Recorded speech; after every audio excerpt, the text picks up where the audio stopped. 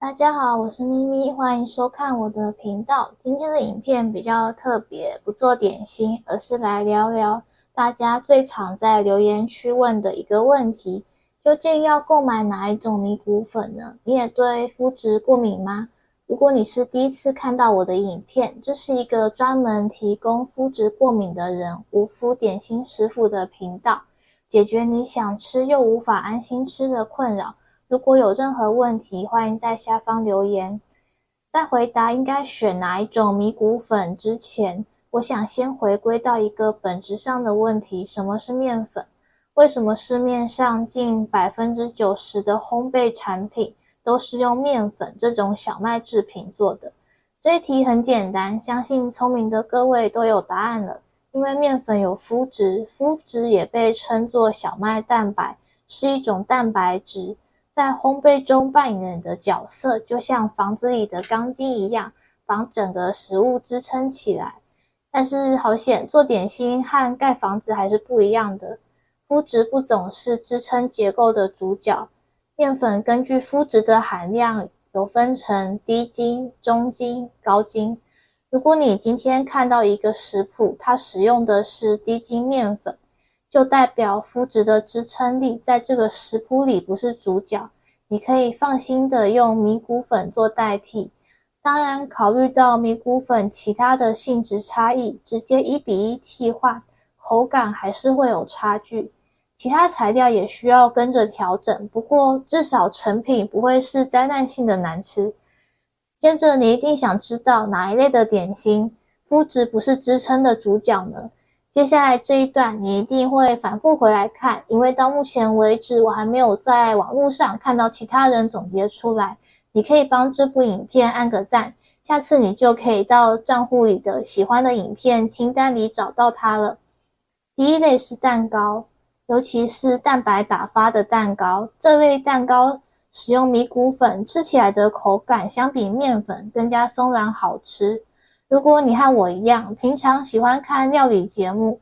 通常老师们在制作例如戚风蛋糕，会特别强调混拌的手法，不可以过度混拌，导致面粉出筋，导致烤完的蛋糕缩腰。而使用米粉制作则完全不需要担心，因为没有麸质可以产生筋性，成功率也会更高。当然，像我前面提到的，直接将面粉版食谱中的面粉换成米粉，口感仍然和一般蛋糕存在差距，但至少可以保证蛋糕能顺利膨胀。想知道如何制作无麸版的戚风，可以看我之前的影片，我会把连结放在资讯栏。相比之下，放蛋糕一类用奶油打发的蛋糕，制作起来就会是偏扎实的口感。放蛋糕的食谱我也会放在资讯栏，有需要可以去看。第二类就是饼干类，看起来饼干不需要有很多孔洞，让它吃起来像面包般松软会有弹性，不是吗？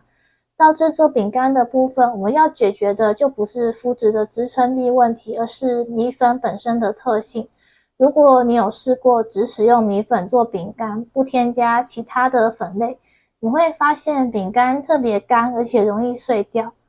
这边我有一个简单的建议，把所有粉类重量的10%替换成杏仁粉。至于原因，由于和这部影片的主题会有一些离题，所以之后有机会再和大家聊聊。想看的话，请帮我留言想看，让我知道好吗？现在你已经了解麸质在烘焙里扮演的角色，也知道要选择哪些品项制作无麸点心成功率才会高。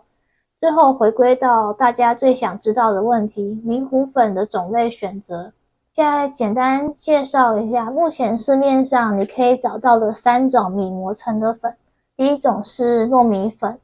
通常是用来做汤圆、麻薯等食物，非常适合制作有粘性的食品，也是我们端午节粽子里面它包的那种米。因为它的粘性太高，所以不适合做成讲究干爽口感的烘焙食物。第二种是再来米粉，可以用来做萝卜糕、花桂等。吃泰式料理的时候，餐厅会提供的泰国米就是再来米的一种，你会发现它吃起来会比我们普通家里吃的白饭还要硬。